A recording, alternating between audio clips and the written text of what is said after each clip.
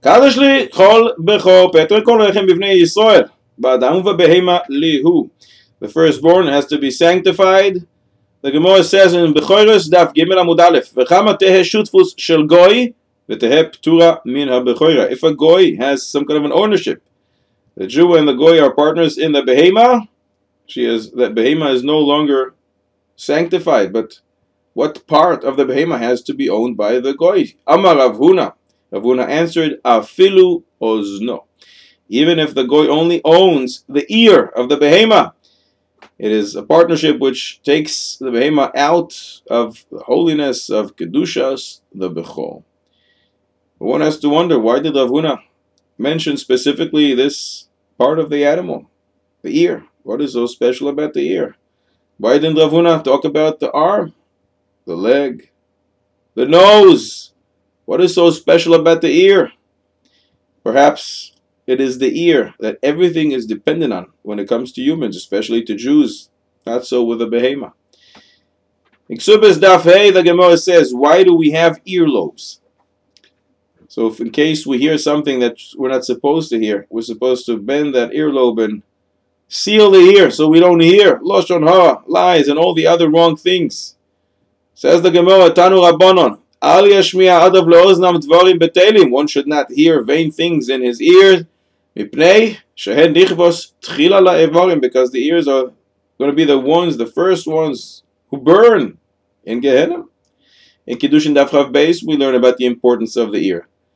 Why is an Eved supposed to pierce his ear, specifically the ear? Says the Gemara, that ear stood on Har Sinai and heard, you're supposed to be my slaves and not slaves to slaves. And that man went and wants to stay a slave. Let that ear be pierced.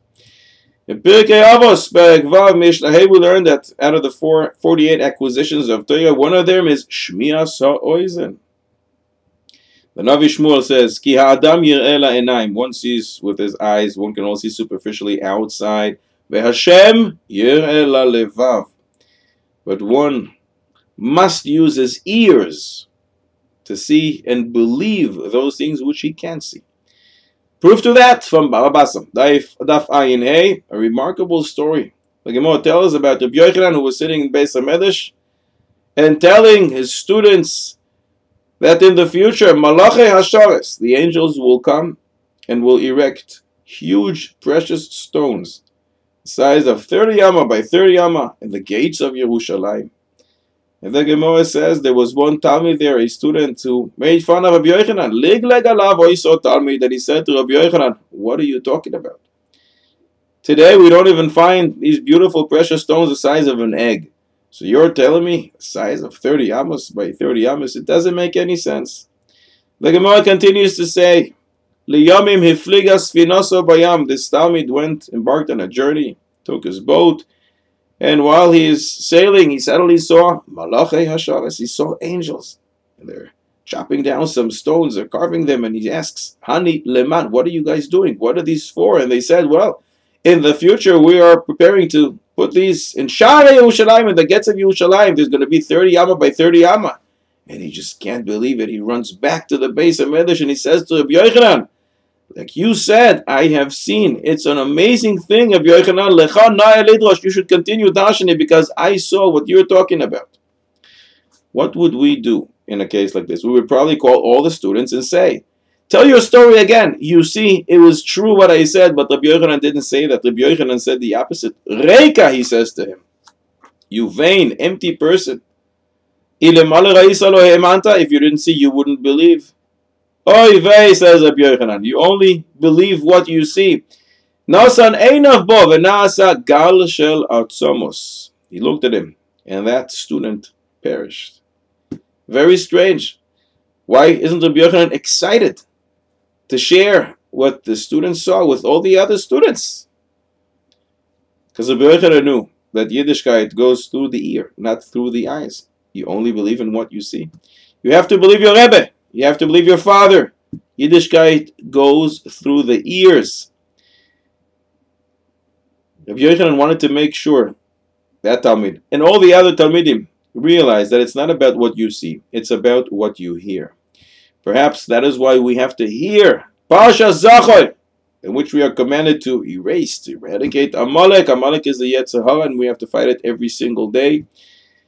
And it's all about the ear that leads to Hargashas Halev. Perhaps that is why in Baba Kama Daf Pei Chazal tell us, Sim'o, if you make a person blind, Noisen lo dmei eino, you have to give him the value of his eyes. However, Chirsho, if you make a person deaf, Noisen lo dmei kuloi, you have to give him the entire value of his whole body, because everything is dependent on the ear. Perhaps that is why Rav Huna said, even if the ear is owned by the goy, to show how insignificant an ear is for a behema. What does the behema need the ear for?